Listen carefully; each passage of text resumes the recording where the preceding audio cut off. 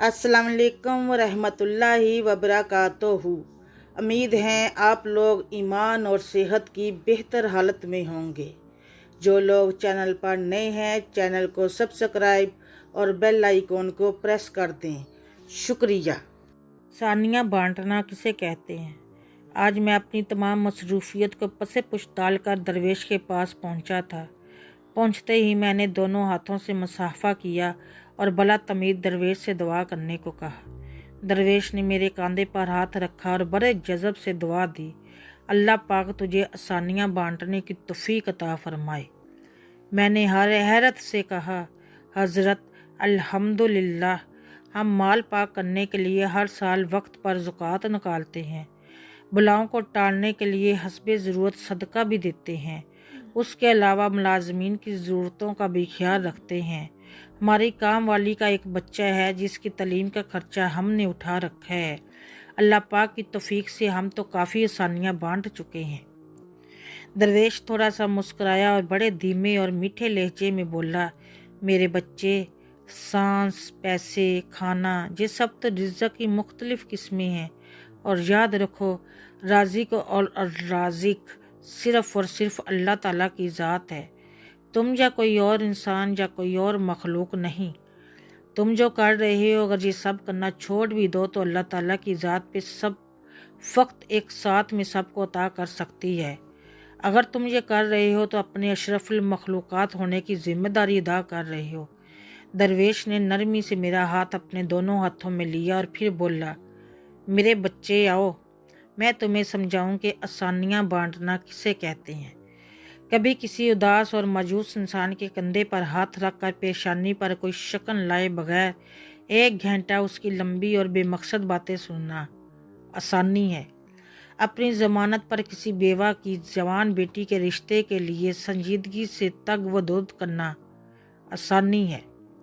सुबह दफ्तर जाते हुए अपने बच्चों के साथ मोहल्ले के किसी भी यतीम बच्चे को स्कूल ले जाने की जिम्मेदारी लेना, ये आसानी है। अगर तुम किसी घर के दामाद या बहनोई हो तो खुद को ससुराल में ख़ास और अफजल ना समझना, ये भी आसानी है। गुस्से में बिछड़े किसी आदमी की कड़वी कसीली और गलत बात को नरमी से बर्दाश्त करना, ये भी आसानी है। चाय के खोखे वाले को ओए कहकर बुलाने की बजाय भाई या बेटा कहकर बुलाना भी आसानी है। गली मोहल्ले में ठेले वाले से बहस मुबाहिसे से बचकर ख़रीदारी करना, ये भी आसानी है। तुम्हारा अपने दफ्तर, मार्केट या फैक्ट्री के चौकीदार और कम आमदन वाले मुलाजमीन को छोटा ना समझना, उन्हें सलाम में पहल करना, दोस्तों की तरह गर्म जोशी से मिलना, कुछ देर रुक कर उनसे उनके बच्चों का हाल पूछना, ये भी आसानी है। अस्पताल में अपने मरीज़ के बराबर वाले बिस्तर के अनजान मरीज़ के पास बैठकर उसका हाल पूछना और उसे तसल्ली देना, ये भी आसानी है। ट्रैफिक इशारे पर तुम्हारी गाड़ी के आगे खड़ी शख्स को बहारन न देना, जिसकी मोटरसाइकिल बंद हो गई हो समझो तो ये भी आसानी है।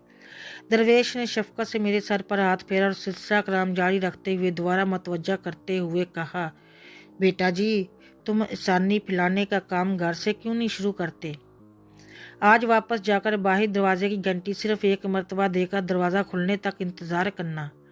आज से बाप की डांट ऐसे सुनना जैसे मोबाइल पर गाने सुनती हो।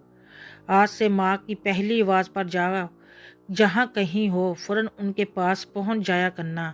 अब उन्हें तुम्हें दूसरी आवाज़ देने की नौबत ना आए। बहन की ज़रूरत उसके तकाजे और शिकायत से पहले पूरी कर दिया करो। आइंदा से बीवी की गलती पर सबके सामने उसको डांट टपट मत करना। सालन अच्छा न लगे तो दस्तरख्वान पर हरफ शिकायत बुलंद ना करना। कभी कपड़े ठीक इस्त्री ना हो तो खुद इस्त्री दुरुस्त कर लेना। मेरे बेटे, एक बात याद रखना, ज़िंदगी तुम्हारी मताहज नहीं, तुम ज़िंदगी के मताज हो। मंजिल की फ़िक्र छोड़ो, अपना और दूसरों का रास्ता आसान बनाओ। इंशाअल्लाह ताला मंजिल खुद ही मिल जाएगी। आज सदक दिल से दुआ करें कि अल्लाह ताला हम सबको आसानियाँ बांटने की तौफीक अता फरमाए। आमीन सुम्मा आमीन या रब्बुल आलमीन।